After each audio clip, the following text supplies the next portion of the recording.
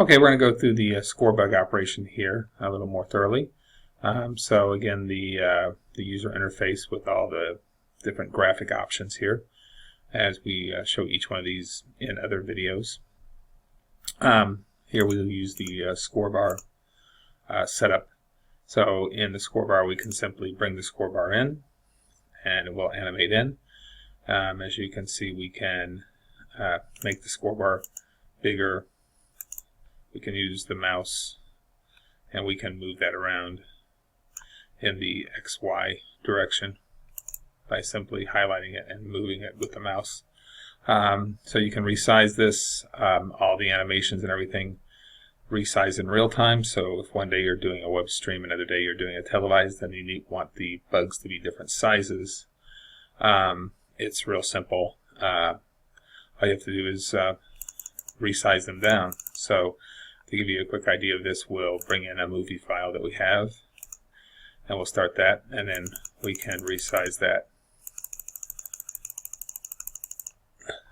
without having to re-render. So one of the nice things about a real-time renderer.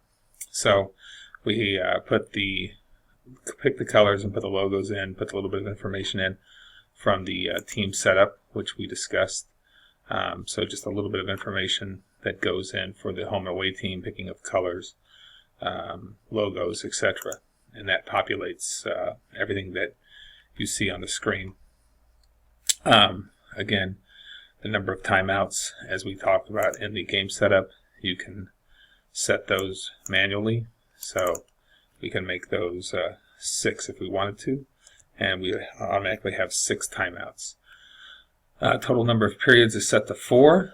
So if right now we're in the first period, if we come to set the period to the second, the third, or the fourth, or the multiple timeouts after that, and if it was set at only 2 periods, then it will only have first, second, and then go to OT. So that bit of logic is built into it. So basically we have the clock here that runs. So this you can either run internally here off the bug, or you can obviously bring in externalized data from Scorebug or from OCR to bring externalized data in for the clock.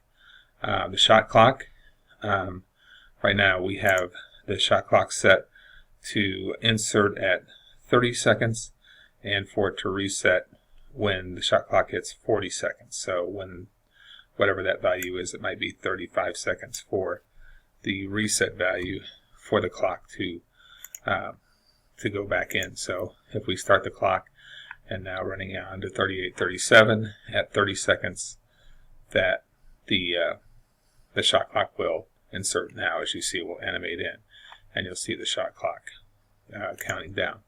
Again, periods, you have first, second, depending on how you have it set up. Your overtimes, for each one of those we have started first, end of first, and then these will end up being displayed on the go to break when we put them in. So right now we're at first, the clock is running. If we brought the score to break in, we would see the clock and the first counting down. If we move this to halftime, since this is only 2 periods now set up, then your going to break will show halftime for you automatically when the clock will disappear. So that covers the clock, shot clock, the period. Then this shows, will show the score again if you're getting externalized data, and if it's enabled in the game setup down here, then your externalized data will show up here, and in the score bar, in this particular look, we have scoring animations. So just like you would see at the network level for those timeouts. Also, we have timeout animations, and those will work from externalized data also. Also, we have home official review. If you're using official review, possession, you're seeing the possession arrow, so you can either have home, away, or none as your choice on that. Your bonus and your bonus plus are simply set by here. So, or you can set it by externalized data if you have that coming out of your controller. So the other thing we have on the score bar options is the ability to add either a clip, a movie file, or just a logo for a station identifier, sponsor, whatever you want. Like I said, we can now come back and we can make that larger or smaller so you can see that animating all the time in a loop. So we have the station clip, we enable that, and we told it to loop the station clip. So again, resizable, positionable. If I don't like that position, I can take this and I can move it over like that. So as we talk about in the other things with the importing your sponsors and stuff, you can have your sponsor pop-ups.